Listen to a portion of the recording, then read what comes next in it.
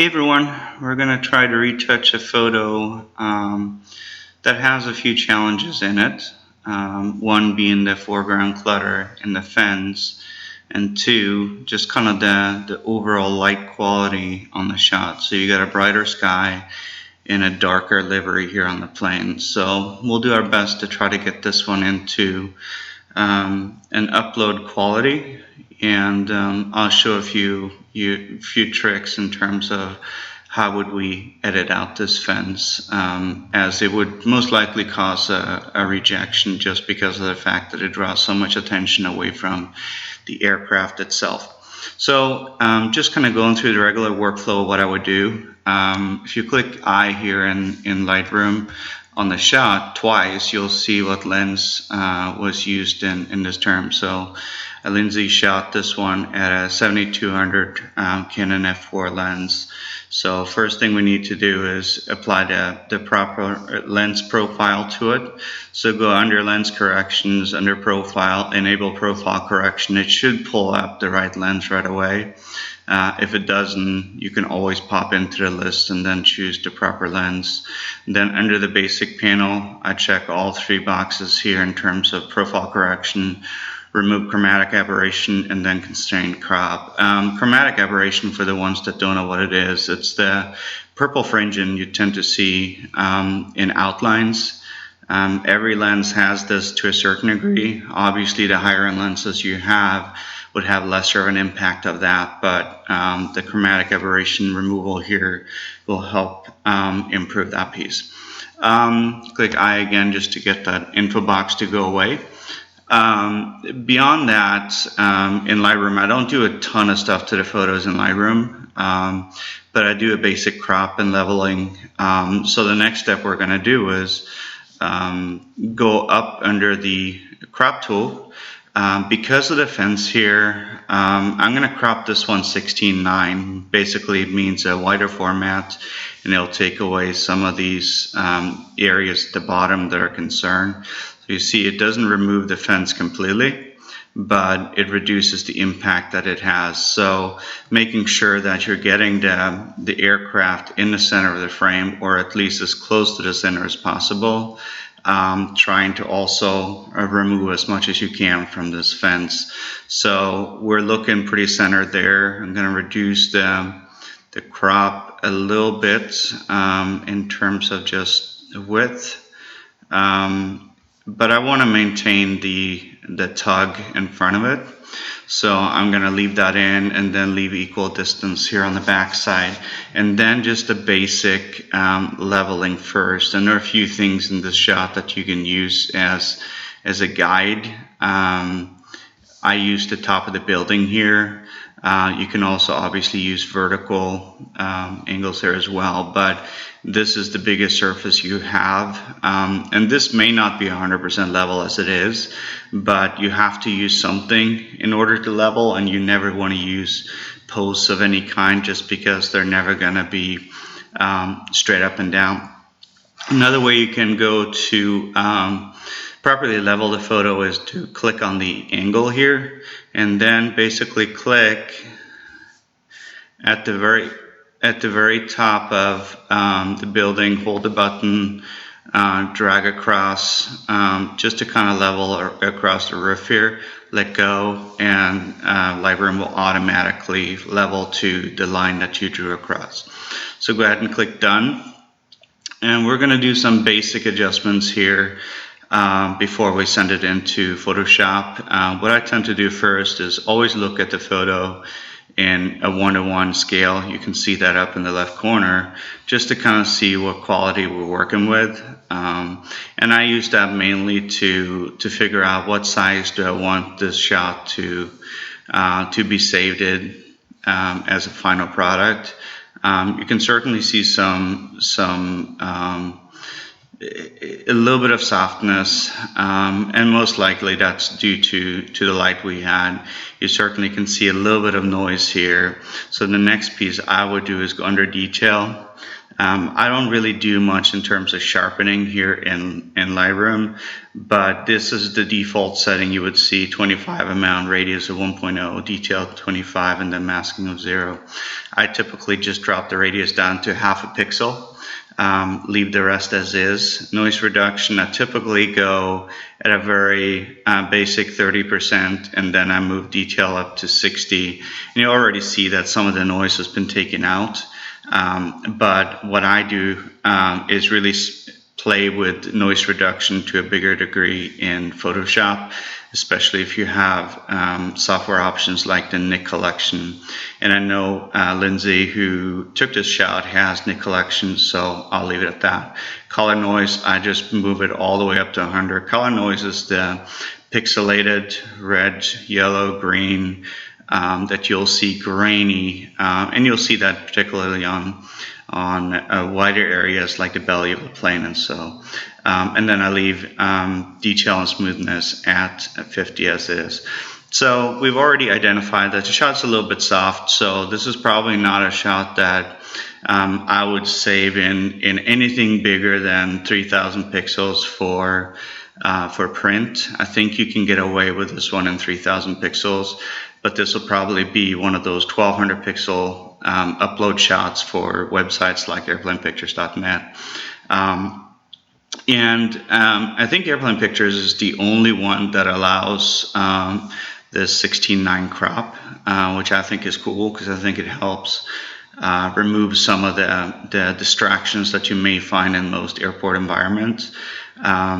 And it allows you to upload photos that otherwise couldn't have been uploaded on a website. So I like that option. So what we're going to do at this point is just go in under the basic panel, make a few basic adjustments. First thing I always do is play with white balance. Right now it's setting as she shot it, which I believe would be an auto setting in this case. It looks like it.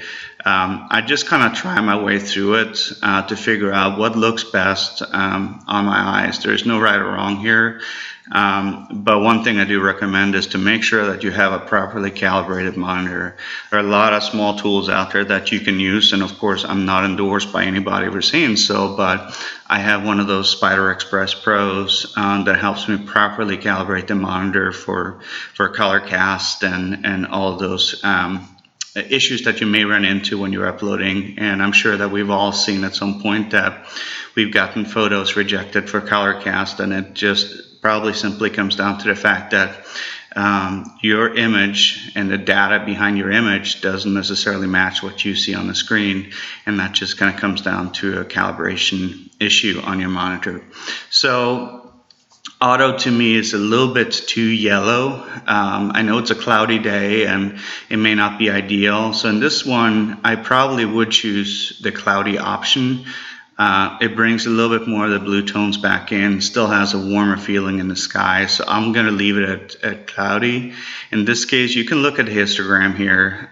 Basically, the way it's split up is all the way to the right-hand side of the histogram. You will see that this is the area that the whites live in. So right now, you know, our whites really appear as gray, and it's just because we have not exposed the photo right and we have not adjusted the whites right for this layout. If you go a little bit to the left, you're now playing in the boundary of where highlights live, and you can certainly see that you have some information to work with here, but it's right now it's just kind of adjusted far to the left, so it's going to come up underexposed. Then you go into kind of the exposure level, which is really where you want the peak of the shot. So the ideal curve on a histogram would be starting low, peaking in the middle, and ending low. Obviously, that is not necessarily the case in every circumstance, especially if you're shooting night shots. They're naturally going to live in the lower end of the histogram, but we have to boost this one up. And then if you go further to the left, now you're playing with shadows, and all the way to the left edge, you're dealing with blacks. And the first thing I'm going to do here is, you can see the highlights here, or where it would land in the highlights. First thing I'm going to do is boost the exposure. And I'm going to boost it to a point where it's still going to appear bright, so don't worry too much about that at this point. But we're going to try to get the curve moved up a little bit. So right now I've actually added about a full point of exposure to the shot. It certainly has brought the main part of the curve further up. What I'm going to do now is pull back the highlights. You can see that the highlights are very, very peaky. You want to make sure that the highlights live kind of in its designed area. So I'm pulling them all the way back in this case. It's going to bring back some details in these areas. And a good way to look at whether you have the shot balanced right is always to hold the Alt button when you're working with these sliders. And you can see that as you're kind of working across the board here, highlights so far are not blown out. And I'll show kind of what I mean with this. I'm going to go back to the middle with highlights. If you do this with the whites, if you hold the Alt button and slide to the right, you're going to start seeing white kind of blend into the picture. And that just means that as soon as you start seeing the whites, you're dealing with overexposed areas where you're causing some detail loss. So what we're going to do is hold the Alt button, find a point in the scale here where we're barely seeing some data pop through, and you can see the red dot here in the middle of the shot. That just kind of means that we've gotten the whites to a point where we're about to start overexposing, but we're still in good shape when it comes down to details. So we're going to leave this one at a plus 38, plus 40, and we're going to do the same thing with the blacks.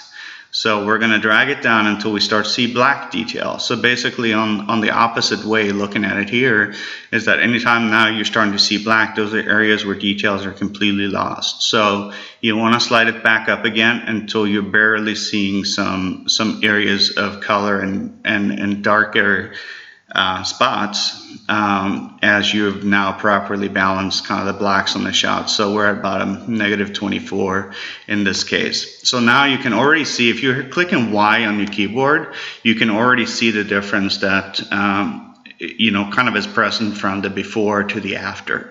So clicking Y again, now we've set the photo for exposure, we've adjusted the whites and the blacks. Those are the first two things you want to do in a shot like this. And then you want to play with highlights and alternatively also shadows in the case. We're not going to touch shadows here. Just because of the fact that the contrast isn't too far off. The concern obviously in a shot like this is that the delivery is darker. But we are going to play a little bit with highlights, and as you could see here when I'm hovering, you see the area where highlights kind of live in the histogram. So far we're kind of a little bit far off to the right hand side here, so highlights right now are kind of living borderline over in the white section of your histogram. So we're going to pull down the highlights just slightly, just to kind of take away any of the real strong peaks that we have on the highlight side. So you can kind of see on histogram. I'm not going to go through and read off the settings. You're going to have to play individually with the shot, but this is kind of where I would leave a shot off in Lightroom before I send it into Photoshop. So we're going to right click and we're going to click Edit in Photoshop. Oops, the wrong button here. So let's go Edit in Photoshop.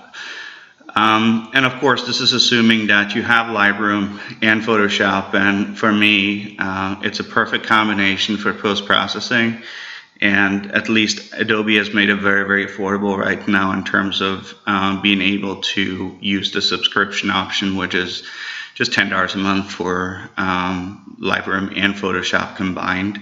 And of course, that gives you also updates as it goes along, so well worth the money if you're going in that direction. So I know others are using different pieces of software, but I just feel like this is really the best combination for me. So we now have the shot into Photoshop, and the first thing I always do is resize to the final size that I want to look at the photo. In this case, I always save the shot in two resolutions. I save it in a larger print quality resolution. So if I was to upload to AirTeam Images, they require a minimum of 3,000 pixels. So that's typically what I resize to, just in order to have that option. And then for airplane pictures or any of the other ones that we're going by, it depends on the quality of the shot. I'm going to resize this one down in the end to 1200 pixels, just because of the fact that this shot is a little bit softer, and it helps disguise a little bit of the flaws when you're resizing down to a smaller size. And a lot of people want to try to upload as big as they can just because it looks cool. And I always say upload only as large as you need to, unless you have a very, very good quality shot. You're gonna get the best approval or acceptance ratio by just uploading a shot at a smaller size. So size doesn't always lead to the best result in the end. So we're not going to clone out the fence first. We're going to do, the smaller adjustments first, just to make sure that we're not dealing with any kind of contrast boundaries between the areas that we're cropping out or cloning out and the area that we're going to be making adjustments on. So first thing I would do is on a shot like this, I said I'm going to resize down to 3,000 pixels. You can see it's almost 5,000 pixels original, the way that we brought it in from Lightroom in a cropped state. Use the bicubic smooth gradients. I know that this is an area that everybody's going back and forth on, but the logic really comes down to using bicubic for anything that or the bicubic for anything that you don't want to give you a smoother gradient as you kind of go through. Bilinear kind of goes in the opposite side there. So I've always found the best results to come in with bicubic and then smooth gradients. So a lot of talk out there on the net in terms of what works best, but I believe majority of the aviation photographers are really using this option. So make sure that that one's checked. We're going to click OK. And now we have the shot in a resized format. I'm going to hit Control 1. That brings the shot up to 100% view, and this is really the view that you want to make any adjustments to the photo on, just in order to make sure that you are seeing the photo in a way that others would be looking at it on the screen. And you certainly can see the softness throughout here. We will fix that. That's not really an issue. You can certainly see that there is this kind of glazy appearance on details, and we're going to fix that in a little bit here. The first thing I would do is run it through another noise pass. And if you were to, you can't really see a whole lot right now, but if you were to zoom in at a closer level, you certainly can see some noise here in the bottom side of the fuselage, and we want to make sure that we get rid of that before we do anything in terms of contrast adjustments, just because those adjustments could just kind of magnify the whole noise issue.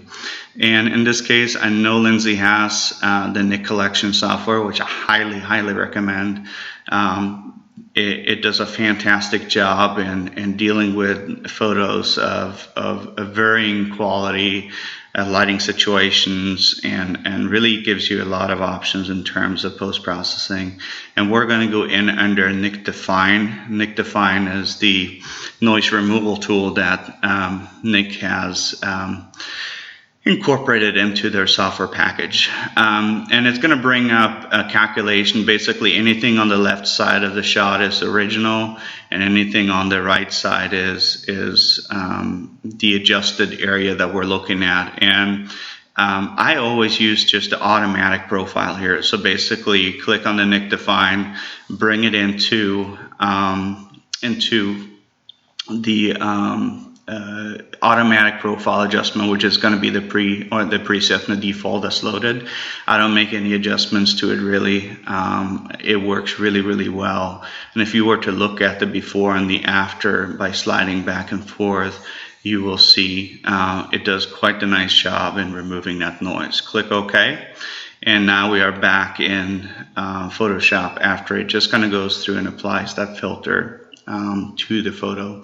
And you'll see big difference already. It went from very grainy on the bottom to a very clean result. So now we have a shot that has the basic noise removed, and it's starting to look a little bit more like a finished project here. So the shot in itself is okay as it is, a little soft, and we still have to obviously address that.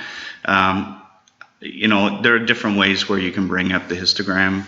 One is by going into Window and then clicking on histogram. I have it saved here in my toolbar, and I just kind of get to take a look at it again. And it certainly is a little bit lacking on the whites, but it has very, very strong highlights.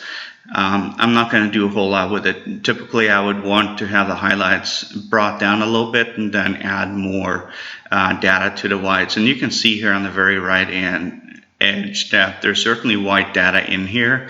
The problem in this shot is really the fact that we're shooting with a really bright sky behind us, and then we have some really strong details on the plane that are also white, and it makes it a little trickier. But the shot overall, just by look here, looks good. You do have a nice curve in terms of contrast, so the shot looks decent as it is.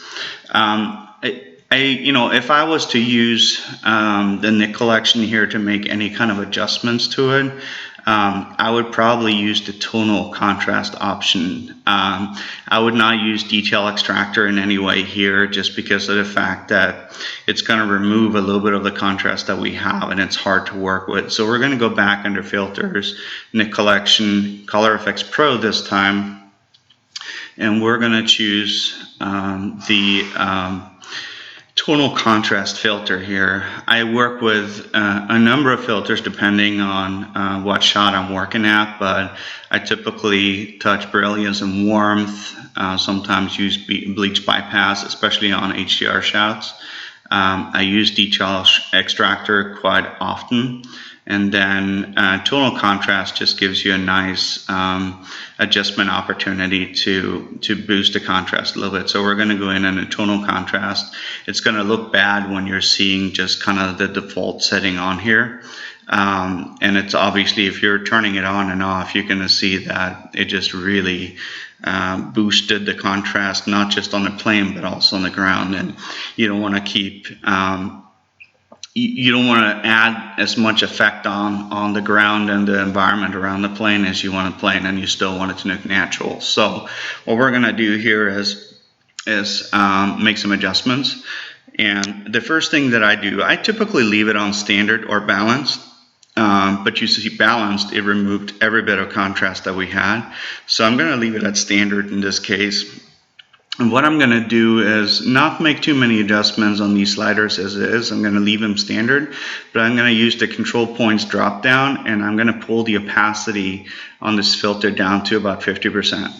And you can see right now that it didn't make the changes so aggressive. Again, you can go in and turn off and turn back on. So it really brought in some of the shadow areas of the livery, which really kind of brings the aircraft a little bit more to life. Be careful with any of these filters here that I just kind of discussed. If they're used wrong, you're going to start creating some really odd effects in terms of contrast halos, edge halos, and it's just going to look right. So you're going to have to always keep in mind that unless you're doing a really creative edit, you want to make sure that the photo remains very natural looking. And sometimes that's easy, while sometimes that's a little bit trickier to kind of deal with there. So what we're going to do now is click OK to apply that effect to the plane. Sometimes I will add a layer mask just to, make it so that it affects the plane only. I do want a little bit of that effect kind of throughout the entire image here, just because of the fact that the lighting is so tricky. So I'm going to leave it at the entire effect. So if you're turning this off and on, you can see that it did quite nice of a job, just kind of really adding some depth into the shadow areas of the aircraft and the grass as well. So the next thing we're going to do is try to work with some of this area in the bottom here that we want to get rid of. There are a few options you can use here. Obviously, you can try to preserve the road that goes in here, or you can remove everything down to the edge of the road here, just basically make this grass all the way. And that's what I'm going to choose for this purpose. Again, I'm going to hit Control-1 to look at the photo in 100% view. And I'm going to use a few different techniques and options on this shot. I'm going to just start by erasing these by using just the basic erasing tool in Photoshop, which is right above your paintbrush. You want to make sure that you're choosing obviously a brush size that really kind of covers only the area of the object that you want to erase. So obviously a little bit bigger to make the erasing a little bit easier. Use a brush that is very feathered, so basically the further to the right you go, the harder that brush stroke becomes, and you're going to see the edges of that stroke. So we're going to go all the way down to 0 to make this brush very feathered and kind of seamless to it. And then the first thing we're going to do is just kind of start erasing some of these very pronounced parts of the detail. So we're just going to kind of work our way through here and just hold down the mouse button until you kind of get through that entire object. It's going to do some calculations, and it's very important that you keep this as sample all layers. So it's going to pull information from all the layers below the one you're working on, and content aware. So basically it's pulling information from the data around in order to calculate those adjustments that you're doing. Before I move on to the next piece, I actually am going to take a step back, put the post back in by undoing, but the thing I want to do before I move on is I want to create a duplicate layer, so Control J or Command J on the Mac before I start making these adjustments, because if you're working on a completely new layer and you're not happy with the final product, you can delete the layer and start over again. So we're now working on a completely new layer and not affect anything beyond, and then of course I walk through the settings here as is. So just kind of erase the objects. It doesn't have to be accurate. You can certainly see that there are some artifacts behind where you're going. Don't worry about that at this point. And just kind of take the bigger components in terms of just the solid areas of the fence.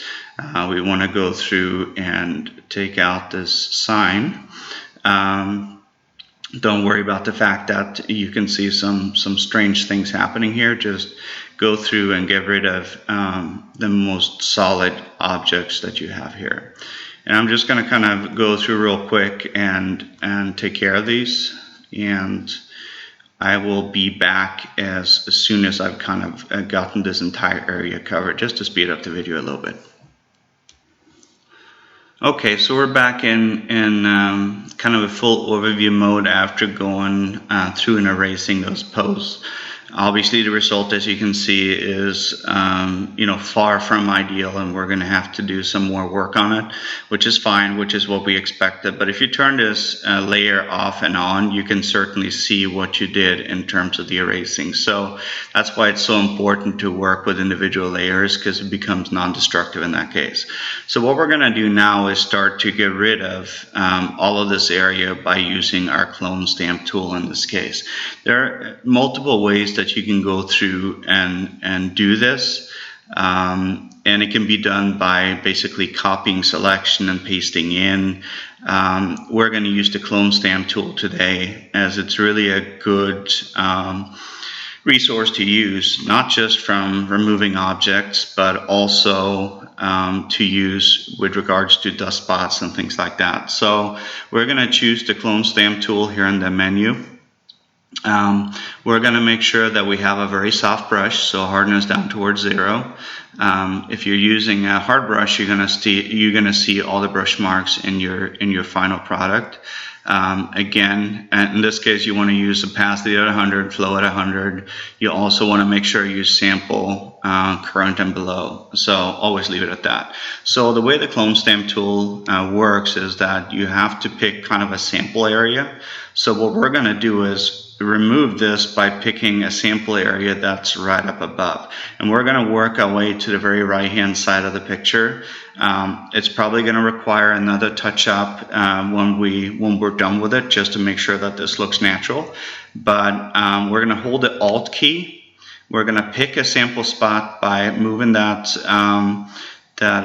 target over. Click your mouse, or in my case, I'm using a Wacom tablet. It's a lot easier to control, and you can see it now picked up a sample spot of that grass that you now can drop in. So kind of choose your starting point and start painting. And you can see the cross up above. That's where it's picking a sample from. So it's very, very accurate in terms of how it goes, and it looks natural already.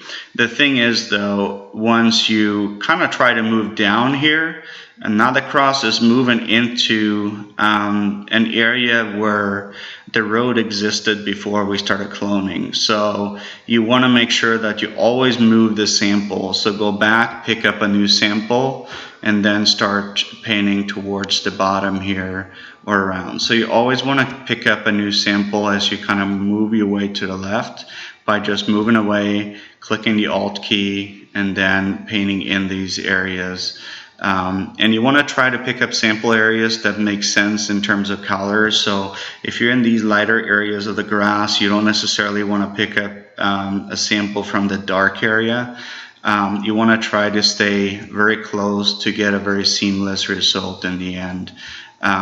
So we're going to kind of work our way to the right here.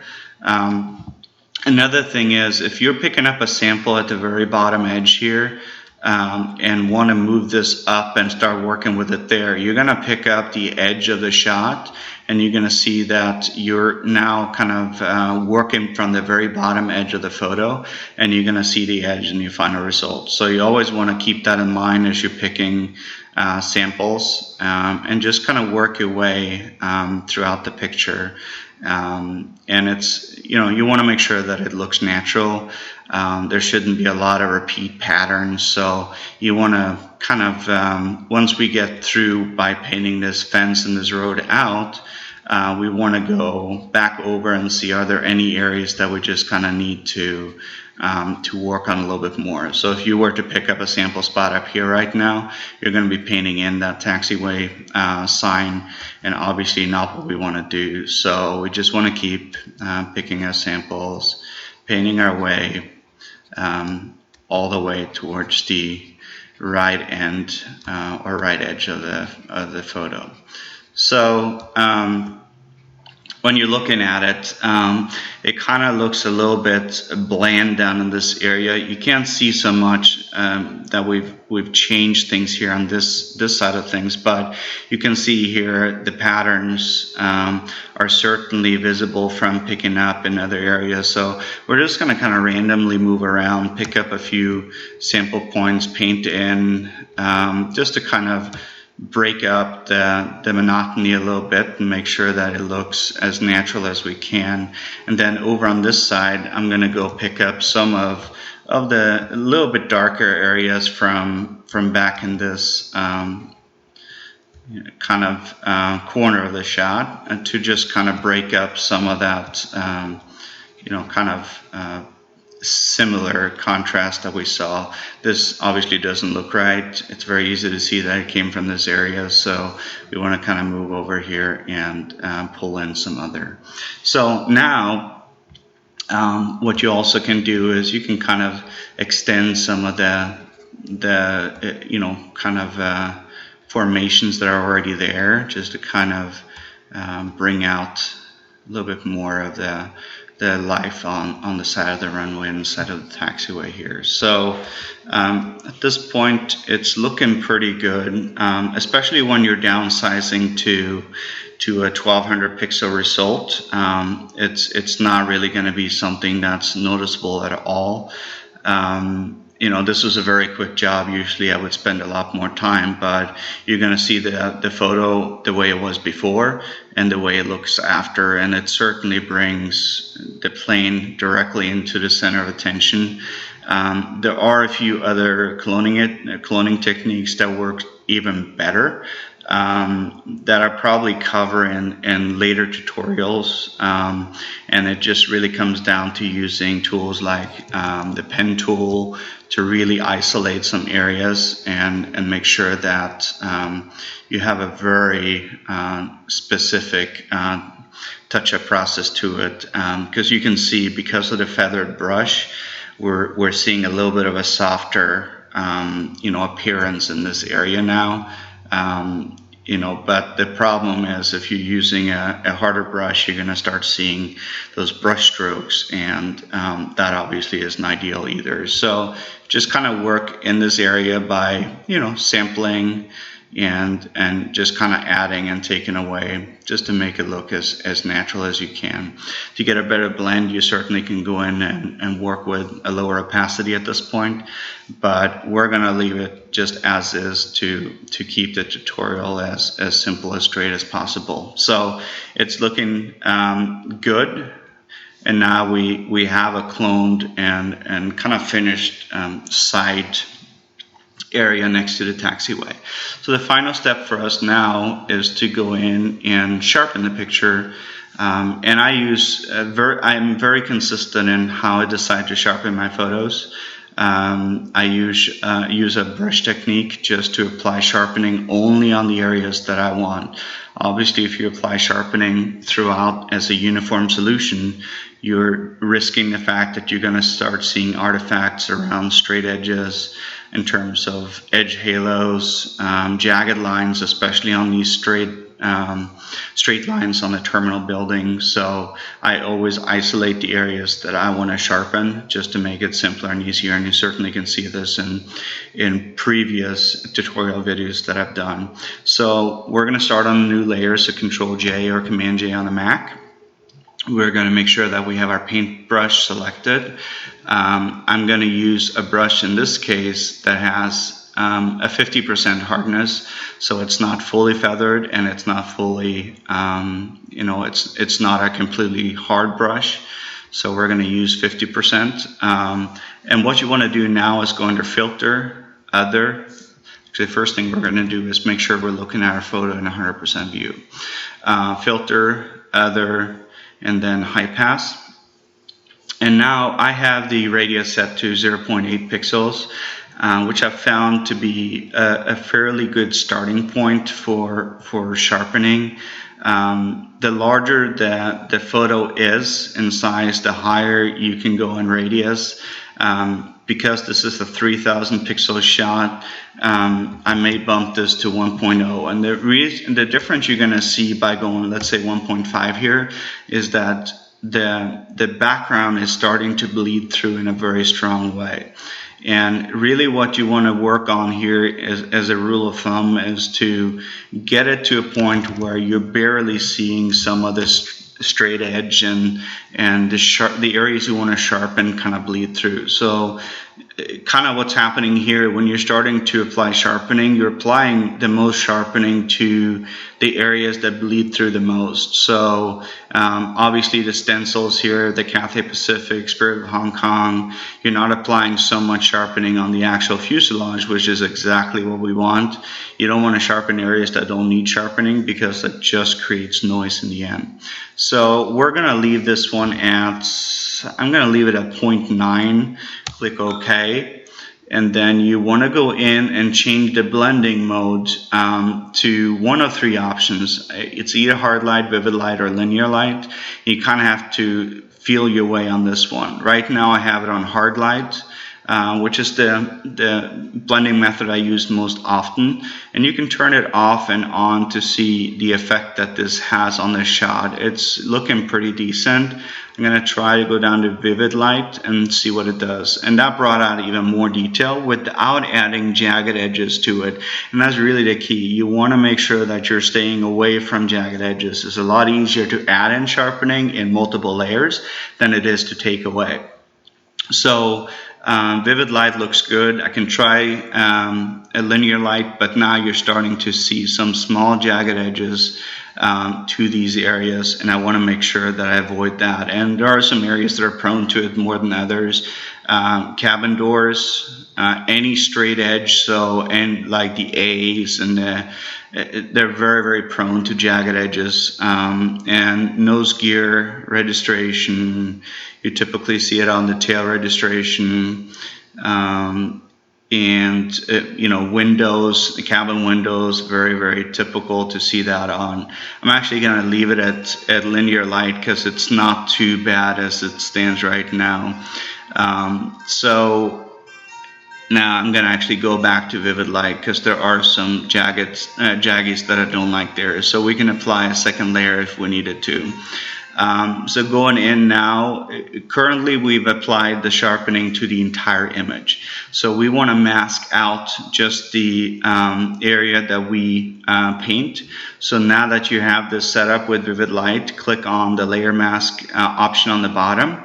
Right now, anything that we're choosing right now, we're going to be painting out of the picture, but we're going to be painting sharpening in. So you want to make sure that your layer mask is black, and you want to hit Control I. So basically black means you have applied nothing to the shot as it stands, and you can certainly see that it went back to its soft appearance. And you want to make sure that you're painting the foreground color white. So basically sharpening is really just adding more contrast between dark and light.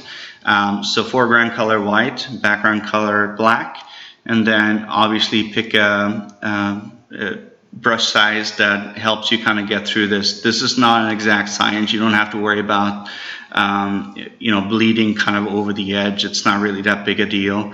So just now start painting in sharpening on those areas that you want to have sharpened. So again, I'm not going to spend too much time up towards the edges in those areas where there are no details to work on, but I'm going to work my way throughout the shot, and I'm even going to apply sharpening to the tug because it's really a part of the whole image. So we're going to work our way to the back of the plane.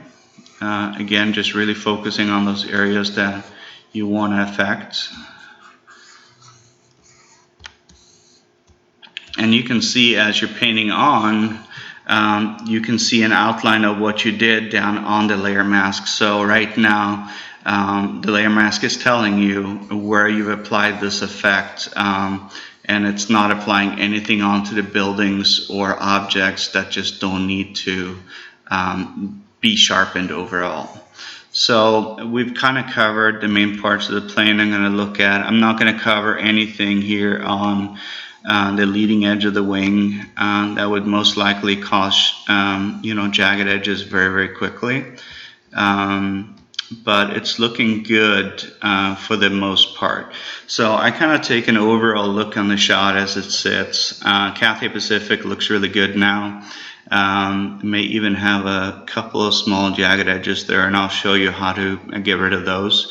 We may need a little bit more sharpening on the Spirit of Hong Kong. These stencils here on the nose, maybe a little bit more on the cockpit, and probably a little bit more around this area on the tail. But much of that is really just due to jet wash, so don't be too concerned of that. So we know that we have to apply a little bit of extra sharpening in some areas. So you want to merge down by hitting Control E, Command E on Mac. And then again, create a duplicate layer by hitting Control or Command J. And then we again want to choose Filter, Other, High Pass. And I'm going to reduce the radius down to 0.7.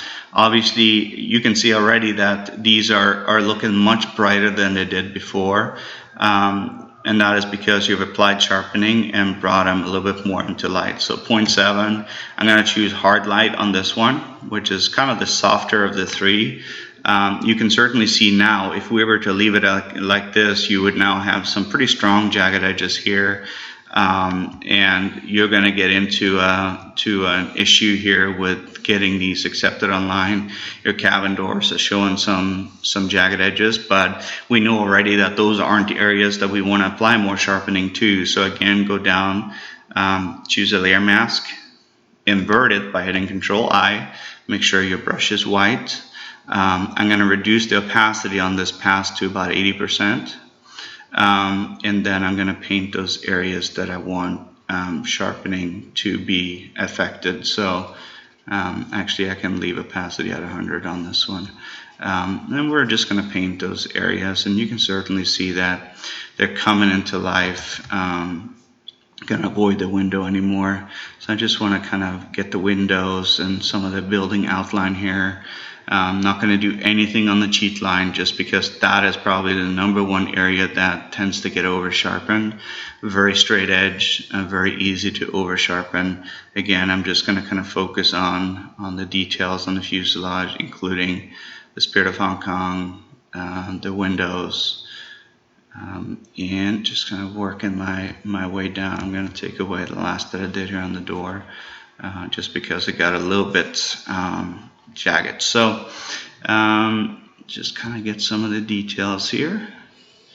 Not going to do anything to the cabin door, just cover the windows, the tail end here. I'm not going to cover the actual straight lines here, but I'm going to get the feather a little bit more in detail here.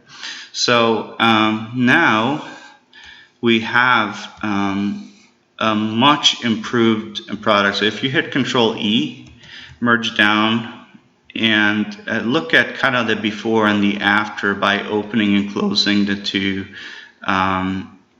options here, you're going to see the effect that you apply to this image just by sharpening that way. So turn the layer off, you're going to see it becomes very soft, and then turning it on, you now have a sharpened product in the end. And that's pretty much it when it comes down to the overall image. I'm going to reduce the highlights slightly on this one. It's still a little bit bright on the upper side for me. So I'm going to go into the levels adjustment. And what I'm going to do is take your output level here. I'm going to move the slider just a little bit to the left to take that edge off. So you can see that the output level to start with is 255. I'm going to move it down to about 250 or 249 here. It just kind of takes a little bit of that white edge off of the shot, just to not overexpose. You can see here on the engines, you're very, very close to an overexposure situation, but you can still see the details here, which means that you have not started clipping details, so it's still in really good shape. So merge down, and now you are ready to save your image. I wanted to kind of cover one quick thing, but I'll do that after I resize and show you the next step. So click File, Save for Web. Obviously very important to use that option. It's always going to be, the shot is always going to be interpreted different on the web than what you see on the screen. So very important that you apply the Save to Web option. Keep the JPEG as maximum quality 100 optimized. Make sure you have the convert to sRGB function or option checked. And then in this case, we're going to save it at 3000 pixels by cubic smoother 100%. So save.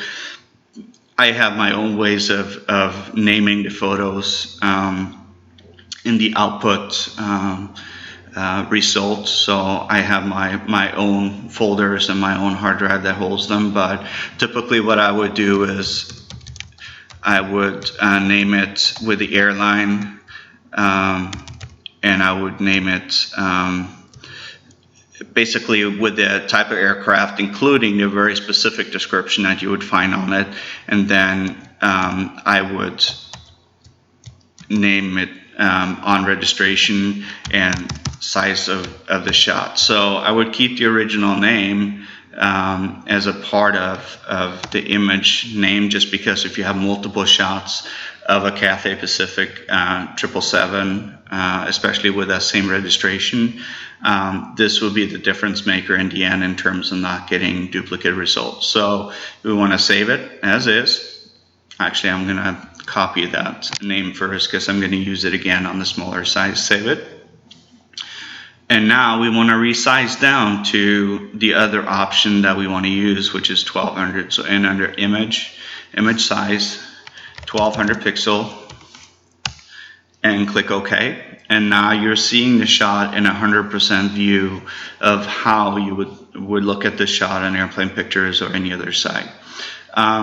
So what we're seeing here is really kind of making sure that you're looking over the shot to see if there's any areas that have become jagged or an issue after sizing down. Nothing really glaring on this shot, but there are some small jagged edges on the cabin door, side door frame. There may be a few small jagged edges around the window frames in the cockpit. Letters look okay. I'm still going to give them a slight blur just to take away any potential jagged edges that we have. So in any situation where you have over sharpened areas, it's a very simple process to work with. You create a duplicate layer by hitting Control J. You want to go under Filter. You want to go Blur, Gaussian Blur. I kind of keep the radius anywhere between 0.7 and 0.8.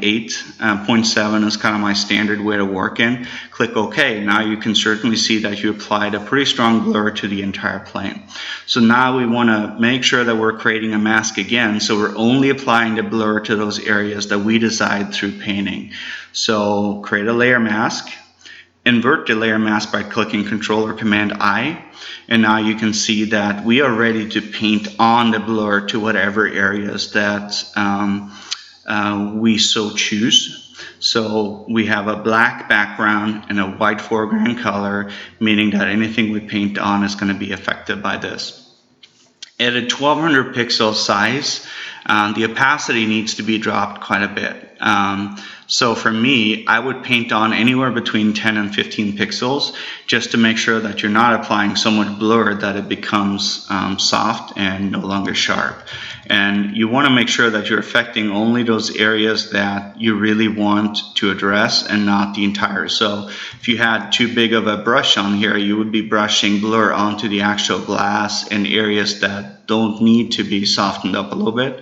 And the same thing obviously with the door. You want the details in the middle to be a little vivid, even though you have to soften down the frame a little bit. So I'm just using a very small brush going over that area where I can see signs of jagged edges, and just kind of try to avoid any other area. May need to go up to 15% here. Just because I can still see kind of that little sign of it. Yeah, that's better. Just to make sure that we're not addressing areas too harsh either. But it always happens, and a lot of people are saying, well, I didn't sharpen the picture at all. Well, you know, you will get an automatic sharpening appearance just by resizing down a photo. So it doesn't mean that you've actually applied a sharpening filter, but when you're taking a large photo and compressing it down to a much smaller size, it's trying to punch a lot of data into a much smaller space, and that's where you start seeing some of the jagged appearance kind of come into play. So I'm going to go down to an opacity around 10 again, and I'm going to brush in just the letters here to make sure that there's nothing that shows up. So right now we have done the warning stripes on the engine. Here is also a common over sharpening area. And you can also see not just jagged edges, but you can also look at over sharpening from a perspective where you have white edge halo kind of surrounding the actual lettering. So on the nose wheel registration, that's a pretty common area for over sharpening. So we're going to brush in a little bit of blur on that, and now you can see that that white edge halo disappeared.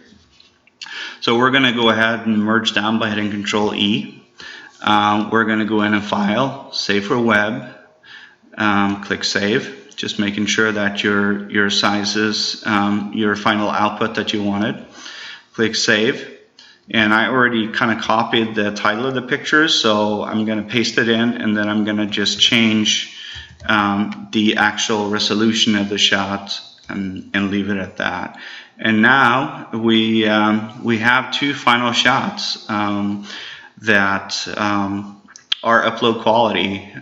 Certainly when you're looking at it from a perspective of where it's sat to begin with, this is the end result, and this is kind of what we started with the fence.